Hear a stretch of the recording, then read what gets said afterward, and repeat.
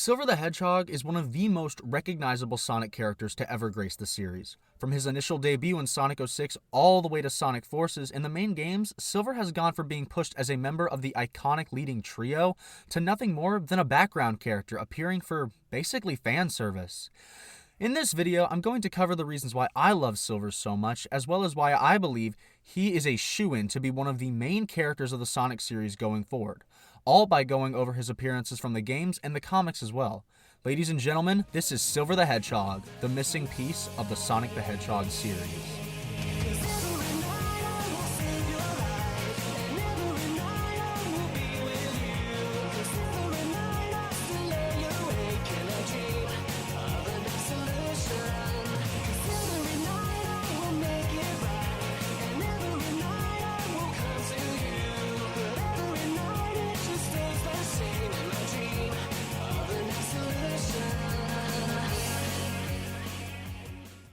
Silver the Hedgehog is an odd case in the Sonic the Hedgehog franchise, where the character has never prominently been disliked due to the character himself. If you look into Silver's use in the series, he debuted in a game widely considered to be one of the worst games of all time and nearly killed the Sonic franchise as a whole, while the other games he's been playable in are relegated to spin-offs like Sonic Rivals and Sonic Riders. But let's look into Silver as a character to see why he deserves a serious shot at mainstream popularity. Silver the Hedgehog, as we all know, takes heavy inspiration from Trunks from Dragon Ball Z, but to exclusively label the character as a copy of Trunks is not doing the character justice. He has the same basic premise of needing to go back to the past from a destroyed future, but what makes him different is who he's surrounded by. Unlike Trunks, Silver didn't have anyone to go back to when he needed to save the future in Sonic 06. Instead, he discovered the beauty of the past himself along with help from Amy, and had to overcome his naivete and grow into a young man able to make his own decisions. His arc in Sonic 06 revolves around him finding his own sense of morality and coping with the situation in the desolate future. But quite frankly, that's all old news to Sonic fans, so let's go over what direction I think would be best for the character. And to find that answer, I had to do a little bit of digging into some of Silver's fan-favorite stories from the comic books. Sonic Universe, part of the renowned Archie run, or despised Archie run, depending on what it is you like about the Sonic series. I haven't actually read the whole Archie run myself, but that is something I'm planning on doing sooner or later out of sheer curiosity, but back on track. We're going to look at the Silver Saga, which spanned from Sonic Universe issue 25 to issue 28. The arc demonstrates two key aspects of Silver's character. But first, I'll give you a quick overview of the story. I don't want to spoil it all, but I will be covering main plot points from start to end, so I'll leave out cute character moments because I do believe that this arc is worth a read. Silver is in his desolate future with his master, Mogul, who is teaching Silver about the time stones from Sonic CD, an unexpected but welcome reference. Mogul then senses strange energy that has entered their zone, essentially what is their time and dimension. Silver is off to investigate, thinking about who it could be. Suddenly, a green laser strikes Silver, and the culprit is revealed to the reader to be a somewhat metallic version of Vector. They have a scuffle, but the Chrome Dome runs into an alley. As the metallic foe takes one more chance to get the upper hand on Silver, he's helped by Edmund, the last Guardian. The robotic menace takes a tactical retreat through a warp ring back to his dimension. Silver, with some hesitancy, follows.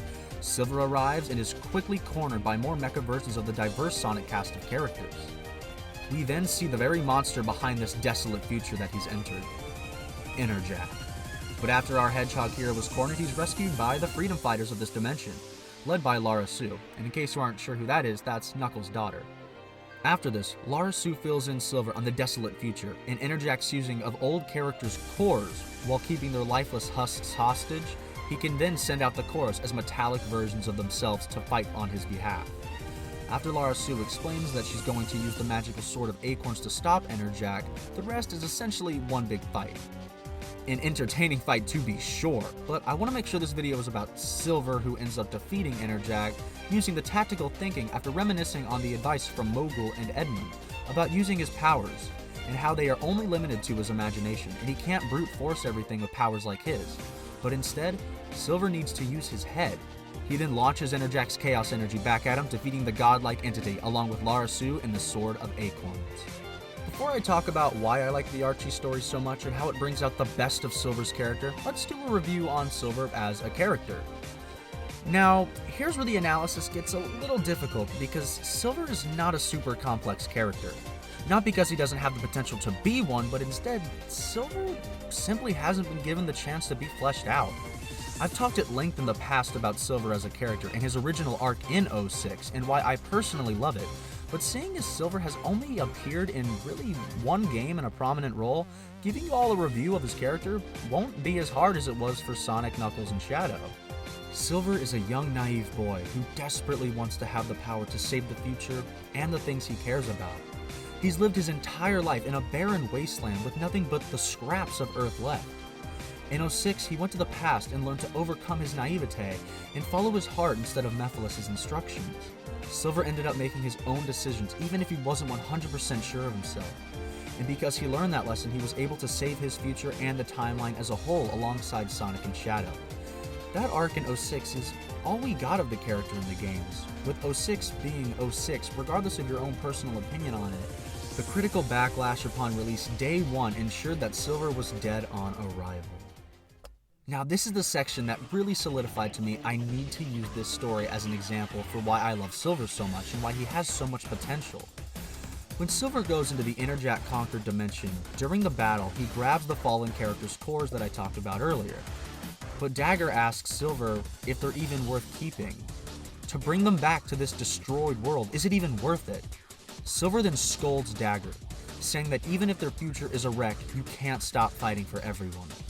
Followed by Silver screaming at him in pure frustration that they know their timeline's problem and they know its solution, while his home is doomed and he doesn't know how to save it. This is one of the best Silver the Hedgehog moments I've ever had the privilege of witnessing with my very eyes. His personality, his motivation, his underlying feelings of frustration and rage demonstrate all the ways this character works, why he does what he does, and all the ways he can grow. But this story also demonstrates not the character's greatest narrative weakness, but the writer's unoriginality. Silver is in a constant loop. In 06, Rivals, the Archie Comics, and IDW, he's always coming back from a doomed future. This is always his goal, and because of this, Silver can never have a happy ending because then he wouldn't have a reason to be with Sonic and the gang. And if the character has no ending, no satisfaction, then he's a narrative redundancy. His use in stories is all too situational, and thus, it's become boring. This is all a critique not of Silver's character, but the fact that the writers won't let Silver's character evolve. Luckily in IDW, he got a happy future that leads directly into a very important topic for handling his character going forward. This is where I come back to. He hasn't been fleshed out yet because he's stuck in this loop, whether it's due to Sega mandates, writers' lack of interest to make him a big name in the franchise again. Whatever it is, he's only really had one arc, that arc being him overcoming his naivete. But to have Silver on repeat like he is now is severely limiting his potential as a character. But how would I bring him back into the mainline games, let alone give him a prominent role again? I think giving you all my take on a Sonic story would be a really fun video topic, so for the sake of my proposal, I'm going to keep this possible new story all about Silver and no other real plot. But for starters, my goal in this story is for Silver to become part of an iconic Hedgehog trio again with Sonic and Shadow and have him overcome his two biggest character flaws that have always been holding him back post-06 for me. I'd have us see Silver's future. Bright, bursting with life, society is at peace once more, and it's been like that ever since after Sonic Forces whenever they defeated the Eggman Empire. But Silver soon comes to realize that he misses the adventure of the past.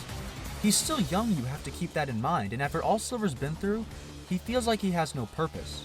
His role as the savior of the future has been fulfilled.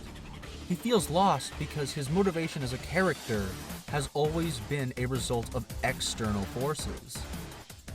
So he then decides to take a Chaos Emerald off of Angel Island. Maybe Knuckles is still kicking around because of Emerald powers, or Silver's the new Guardian, or Knuckles has descendants, it doesn't really matter. He gets an emerald and he uses Chaos Control to get back to the past. But he leaves the emerald in the future, so that way there's no Chaos Emerald overlap, just to keep things simpler. Silver is quick to find the adventure he was searching for as he is thrust into a battle with Sonic and Shadow, and it is one spectacle of a fight. The trio then go forward, reuniting with Sonic's friends for help, yada yada story stuff till they win, but Silver is struggling the entire time.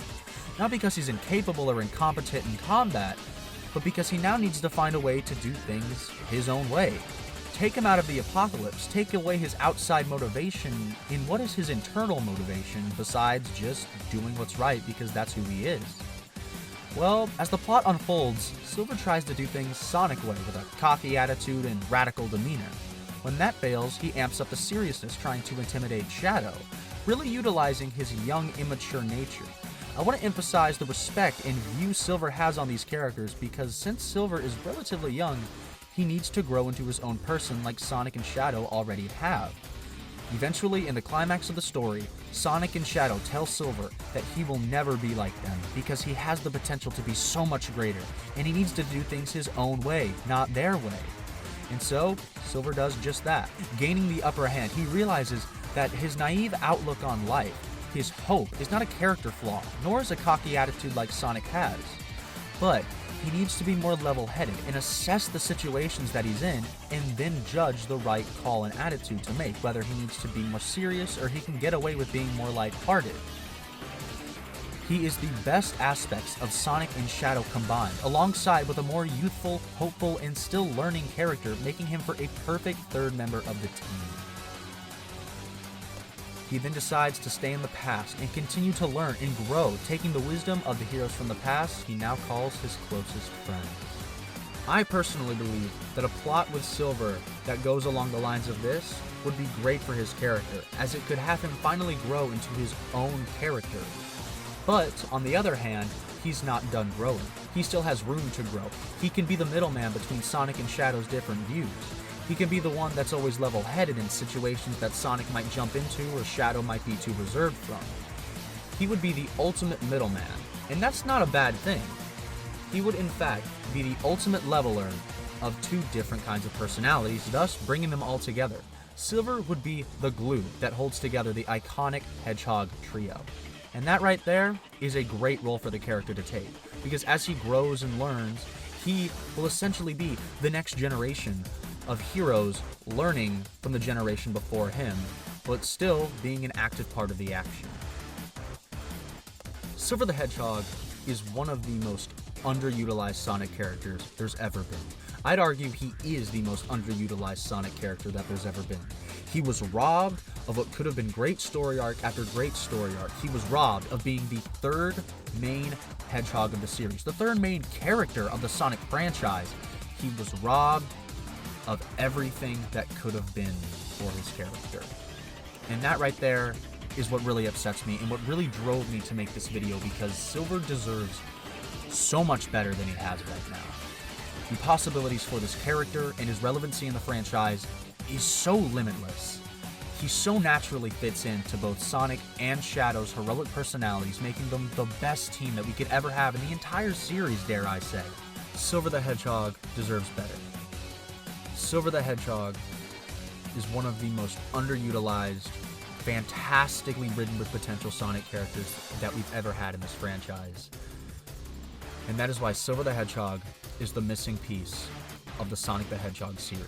Thank you so much for watching, and I'll see you in the next video.